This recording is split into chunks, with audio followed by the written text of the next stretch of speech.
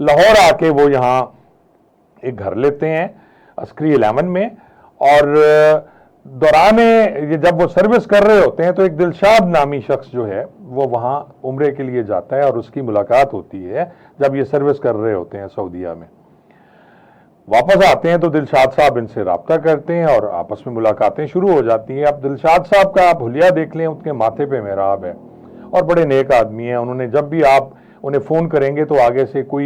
آپ کو اسلامی صورت یا کوئی ایسی چیز آیت ملے گی یا اذان کی نماز اذان کی آوازیں آتی ہیں۔ اب دلشاد صاحب نے ملنا شروع کر دیا جنید دورانی سے،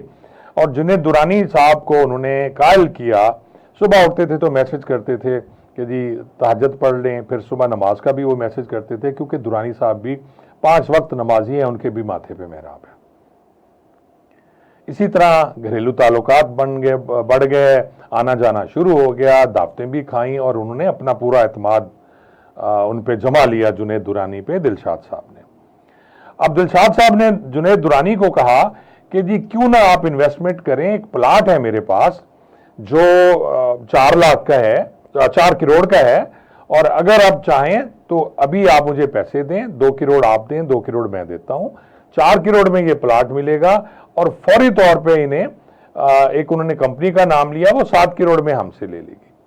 اب دورانی صاحب کیونکہ اعتماد میں آ چکے تھے، 3-4 ماہ ہو گئے تھے، ان سے بڑے کھانے، ایک دوسرے کے گھر جانا، بھابھی بھائی اور یہ ساری چیزیں چل رہی تھی۔ دورانی صاحب نے جی اسے پیسے اٹھا کے دے دیے، کچھ ریال دیے، کچھ نیٹ پیمنٹ کی، لیکن ان سے غلطی ایک ہو گئی، نہ تو انہوں نے کوئی رسید لی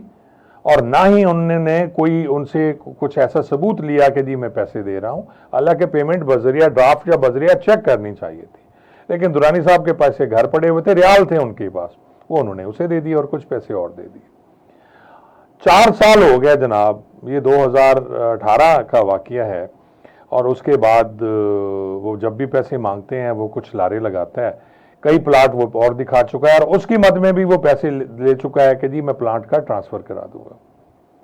دورانی صاحب نے پرچہ کرایا جی اس پہ 420، 468، 471 کا، اور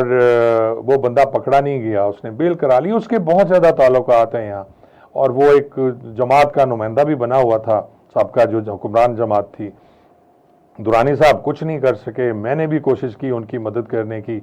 لیکن اس نے پولیس کو بھی جیتا، ون اوور کیا، اس نے عدلیہ کو بھی ون اوور کیا، تفتیش اس نے چینج کرا لی، اور صرف 420 میں، یعنی باقی دفعے ختم کرا کے قصہ مختصر کے 420 میں اس نے پولیس سے مل کے چلان ہو گیا، اور وہ چلان کورٹ میں ہے، اور دورانی صاحب آج بھی پھر رہے ہیں۔ ایسے کئی دورانی میں بتا سکتا ہوں جو پاکستان میں آئے، اور آنے کے بعد وہ پاکستانیوں کے ہاتھ سے لوٹے، ان دھوکہ بازوں کے ہاتھ سے لوٹے۔ تو اس سلسلے میں آج ہم بات کریں گے جی، چیئرمین ہے پاکستان کمیونٹی گلوبل، جی overseas community global, POC global ہے جی، میاں طارق جاوید صاحب یہ چیئرمین ہیں، اور یہ رہتے ہیں جی ناروے میں اور فرانس میں، اکثر میں دیکھتا رہتا ہوں، اسپین میں بھی میں ان کو دیکھتا رہتا ہوں، دورے کرتے ہیں یہ مختلف ممالک کے، اور اوورسیز پاکستانیوں کے بارے میں ان کے دل میں بڑا نرم گوشہ ہے۔ یہ جب بھی بات کرتے ہیں پاکستان اوورسیز کی بات کرتے ہیں، اور انہوں نے اپنے دن رات ان کی خدمت کے لیے لگائے ہوئے ہیں۔ تو میاں صاحب السلام علیکم۔ جی وعلیکم السلام عزیز اللہ خان صاحب۔ میاں صاحب ایک تو آپ کا بہت بہت شکریہ، آپ نے قیمتی وقت میں سے ہمیں اتنا وقت دیا سر، اور پھر آپ بیٹھے ہوئے ہیں، باہر بیٹھے ہوئے ہیں، ہم براڈ ہیں سر۔ یہ جو ساری تمہید میں نے باندھی، اور یہ 2 میں نے قصے آپ کو سنائے، ایک تو جو اوورسیز ہیں وہ اشفاق صاحب، ان کے بھائی جرمنی میں ہوتے ہیں، یا ان کا پلاٹ، اور دوسرا جنید والی کہانی میں نے۔ تو سر پاکستانی حکومت کیا کر رہی ہے؟ یہاں تو لوگ لوٹے جا رہے ہیں سر، لوٹ رہے ہیں ان کو، پاکستانیوں کو لوٹ رہے ہیں۔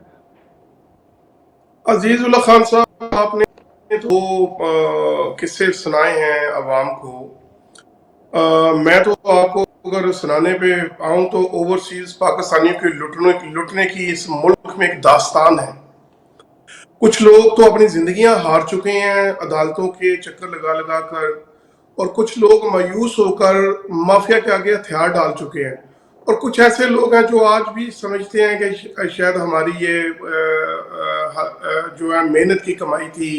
حلال کی کمائی تھی، ہم نہیں چھوڑیں گے، اور وہ آج بھی در بدر پاکستان میں، پاکستان کی پولیس تھانوں میں، عدلیہ کی کچہریوں میں آج بھی وہ در بدر پھر رہے ہیں۔ پاکستان اوورسیز کمیونٹی گلوبل کا قائم کرنے کا یہی ایک مقصد تھا کہ ہم اپنے اوورسیز پاکستانی بھائیوں کو اویئرنس دیں اور ان کی ہیلپ کریں ایسے جو کیسز جب سامنے آتے ہیں۔ ہمارے اوورسیز پاکستانی جب ہم ان ملکوں میں آ کر کام کرتے ہیں تو ہم یہاں کا سسٹم اور پاکستان کا سسٹم بلیک اینڈ وائٹ ہے سر۔ پاکستان میں بلیک ہے اور یہاں پہ وائٹ ہے، تو جب ہم اس سسٹم میں 10-15 سال گزار لیتے ہیں تو پھر ہمارے جو ہم بلیک سسٹم میں سے آتے ہیں وہ ہمارے اوپر سے اس کا نشہ اور رنگ اتر جاتا ہے، اور ہم ہر بندے پہ سمجھتے ہیں کہ ہمارے جیسا ہے، اعتبار کرتے ہیں، یقین کرتے ہیں، اور وہ لوگوں کی چکنی چڑی باتوں میں آ کر اپنی محنت کی کمائی کو لٹا دیتے ہیں۔ ابھی میں آپ کو اگر ذکر کروں کہ اوورسیز پاکستانی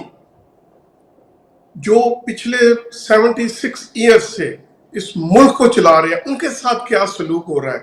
تو یقین کریں کہ دل خون کے آنسو ہوتا ہے کہ اوورسیز پاکستانیوں کو ہم قائل کرتے ہیں ایک جذبے کے طور پر، ایک حب وطنی کے طور پر۔ میں چونکہ پاکستان میں پیدا ہوا ہوں، میرے والدین کی قبریں پاکستان میں ہیں، میرا ایک ناطہ، ایک رشتہ پاکستان سے میری زندگی میں تو ختم نہیں ہو سکتا، لیکن مجھے لگ رہا ہے کہ ہماری زندگیوں کے بعد ہماری اولادوں کا وہ رویہ پاکستان کے ساتھ نہیں رہے، ہمارے بچوں کا وہ رویہ پاکستان کے ساتھ نہیں رہے گا۔ ہم جو ریمیٹنس بھیج رہے ہیں، جو پاکستان میں جو انویسٹمنٹ کے پرپز سے ہم نے وہاں پہ جا کے پراپرٹیز لی، مجھے آپ کو پتا ہے میں نے بھی پاکستان کا محنت کرنے کے بعد، لیکن وہاں کا سسٹم اس قدر کرپٹ ہو چکا ہے، ادارے اس قدر تباہ ہو چکے ہیں کہ مجھے جو ہے نا لگتا ہے کہ شاید اس قوم کو کے اندر سے خدا ترسی ختم ہو چکی ہے، ان کو موت یاد نہیں ہے، ان کو یہ گناہ، ابھی آپ نے محراب کا ذکر کیا کہ اس شخص کے چہرے پہ محراب ہے، تو میں آپ کو یہاں مجھے بڑی تکلیف ہو رہی ہے یہ بتاتے ہوئے کہ زیادہ جو فراڈیے پاکستان میں فراڈ کر رہے ہیں وہ 5 وقت کے نمازی ہیں، اور وہ آپ کو دین کی دے کے لاتے ہیں، اور اس کے بعد وہ پھر آپ کو پھنسا کر آپ کی محنت کی کمائی جو آپ نے اپنی ہڈیوں کو گال کے جو ان ملکوں کی سردی اور گرمی کا سامنا کرتے ہوئے آپ کماتے ہیں، یہ لوٹ لیتے ہیں۔ یہ جو ایک مثال آپ نے دی، جو ایک وائرل ہوئی ہے ویڈیو کل علیم خان صاحب کی سوسائٹی میں، میں نے یہ ویڈیو ہم نے جو نا اپنے تمام چینلز کے اوپر، اپنے تمام 92 گروپس کے اندر اس ویڈیوز کو ہم نے بھی لگایا، اور اوورسیز پاکستانیوں کو ہم نے یہ ان کو پیغام دیا، اویئرنس دی ہے کہ خدا کے لیے کوئی پیپر، کوئی فائل پاکستان میں مت خریدے، جب تک مکمل انتقال نہ ہو جائے، رجسٹری نہ ہو جائے، آپ قبضہ نہ لے لے، کسی ایسی سوسائٹی میں انویسٹمنٹ نہ کریں جو آپ کو یہ کہیں کہ جی 5 سال کے بعد یہاں دودھ کی نہریں نکلیں گی، یہاں آپ کی جو انویسٹمنٹ ہے وہ 5 گنا ہو جائے گی، اس کی قیمت بڑھ جائے گی، جو پلاٹ لیتے ہیں سر، فائلیں لیتے ہیں سر۔ جی سر، یہ جو فائلوں والا چکر ہے نا سر، ایکچولی جو پاکستان کا یہ جو مافیا ہے، یہ فائل مافیا میں اس کو کہوں گا۔ ملک ریاض صاحب اس سے پہلے وہ اربوں خربوں روپے کا چونا اوورسیز پاکستانی کو لگا چکے ہیں، پھر علیم خان صاحب اربوں خربوں کا چونا پاکستانی کو لگا چکے ہیں۔ تو سر میں اوورسیز پاکستانی کو ہمیشہ یہ میں ایڈوائز کرتا ہوں، میں بہت سارے ملکوں میں وزٹ کرتا ہوں، میٹنگز ہوتی ہیں، لوگوں کو ملتے ہیں، سادہ لوگ ہیں، ان کو کہتے ہیں یار خدا کے لیے اگر آپ 1 کروڑ کی پراپرٹی لیتے ہو تو 10,000 کا وکیل بھی ضرور کرو، اس وکیل کو 10,000 روپیہ دو تاکہ وہ ڈاکومنٹیشن چیک کر سکے، وہ موقع پہ جائے، وہاں پہ کوئی سٹے تو نہیں ہے، وہ 2 بار تو نہیں بک چکی، جعلی رجسٹری تو نہیں ہے، لیکن ہمارے اوورسیز پاکستانی تھوڑے سے پیسے بچانے کے لیے یا اپنی سادگی میں یا اعتبار کرنے کے سلسلے میں دھوکہ کھا جاتے ہیں۔ ہمارے اس بھائی نے بھی دھوکہ کھایا، لیکن میں یہ بتا دوں کہ ان کا مسئلہ حل ہو چکا ہے، یا ہو جائے گا، کیونکہ یہ سوشل میڈیا کی ایک طاقت پوری دنیا میں متعارف ہوئی ہے، اور ان کو یہ ڈر ہے کہ ان کے اس ولولے کے بعد ان کے اوپر اوورسیز پاکستانیوں کا اعتماد ختم ہوگا، کیونکہ آج کا دور ڈیجیٹل دور ہے، اور پوری دنیا میں اور خاص طور پہ اوورسیز پاکستانی جو ہر وقت موبائل ٹیلی فونوں پہ پاکستان میں ہونے والے حالات کی ان کو زیادہ خبر اور فکر ہوتی ہے. میاں صاحب ہر آدمی سوشل میڈیا پہ ہے، ہر آدمی سوشل میڈیا پہ ہے، اور پھر انہیں ڈر بھی ہے نا کہ جی اگر لوگوں کو اویئرنیس آ گئی تو پھر وہ کیسے پھنسیں گے، تو پھر لوگ تو نہیں پھنسیں گے نا جی اوورسیز خاص طور پہ. جی سر، یہ آج جو ملک کے حالات ہیں، جو پاکستان ڈیفالٹ کے اوپر کھڑا ہے، یا جو ایک عام پاکستانی بھوک کی وجہ سے خودکشیاں کرنے پہ مجبور ہے، تو سر یہ حالات کن لوگوں کی وجہ سے ہیں؟ یہ انہی لوگوں کی وجہ سے ہیں. یہ ان کے بچے، ان کی پراپرٹیز یہ خربوں پتی ہو چکے ہیں سر. ان کی اتنا پیسہ ہے ان کے پاس کہ یہ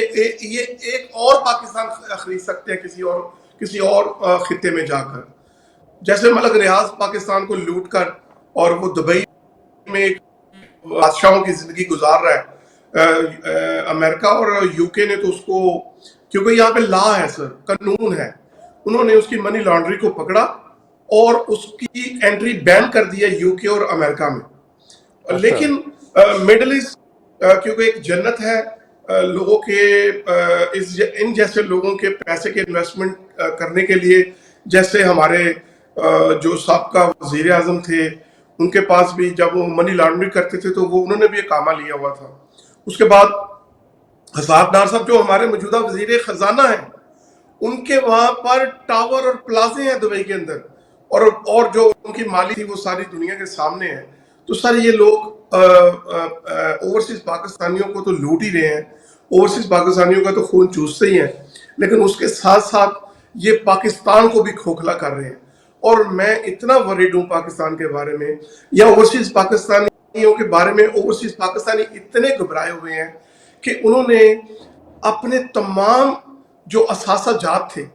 وہ پاکستان میں اونے پونے دام بیچنے شروع کر دیے ہیں. اور پیسہ، میں کئی اوورسیز پاکستانیوں کو جانتا ہوں سینکڑوں کی تعداد میں، جو وہاں سے پیسہ منی لانڈری کے ذریعے، یعنی ہنڈی کے ذریعے کم پیسوں میں وہ وہاں سے نکال رہے ہیں. اور پاکستان جہاں پہ جو ہمارے خزانے میں پچھلے دور میں 25-30 ارب پڑا رہتا تھا، آج اس خزانے میں 3 ارب ہمارے پاس ہے. اور اگلے اس جون کے سال سے لے کے ہم نے اگلے جون تک 25 ارب کی ہم نے ادائیگیاں کرنی ہے. اور مجھے نہیں سمجھ آ رہی کہ یہ قرضہ کیسے ادا کیا جائے گا، یہ قسطیں کہاں سے ادا کی جائیں گی. اور آئی ایم ایف جو اچھا میاں صاحب، میں آپ سے ایک سوال کروں گا سر کہ اوورسیز پاکستانی جو ہے موجودہ حکومت پہ ٹرسٹ کیوں نہیں کر رہے؟ کیا یہ وجوہات باقی تو چھوڑیں، کیا انہیں پاکستان میں جو ان کی پراپرٹی ہے اس کا ڈر ہے کہ جی وہ چھن جاتی ہے، یا ان کے بچے اور فیملیز تو اب بھی کچھ لوگوں کی یہاں ہیں، بہت سے لوگوں کی فیملی ہے. دیکھیں میں 2 حصوں میں ڈیوائیڈ کروں گا اوورسیز پاکستانیوں کے. ایک تو وہ ہیں جو پوری فیملی کے ساتھ باہر رہتے ہیں، ایک وہ ہیں کہ خود وہاں باہر رہے ہیں، مزدوری کر رہے ہیں باقی لیکن ان کے بچے جو ہیں اور ان کی فیملیز باقی پاکستان میں ہیں،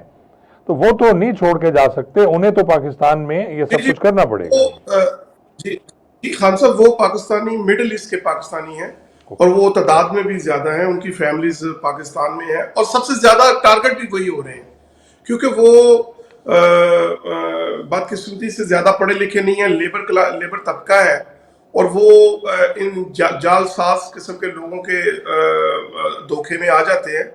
لیکن کا وہ ہے جو اپنی فیملیز کے ساتھ امریکہ، یورپ اور کینیڈا وغیرہ میں، آسٹریلیا وغیرہ میں رہ رہے ہیں. وہ طبقہ جو ہے نا، وہ سمجھدار، پڑھا لکھا اور تربیت یافتہ طبقہ ہے. اچھا، وہ یہ جو ہمارے بھائی یہ لٹے ہیں، یہ آسٹریلیا سے شاید ان کا تعلق ہے،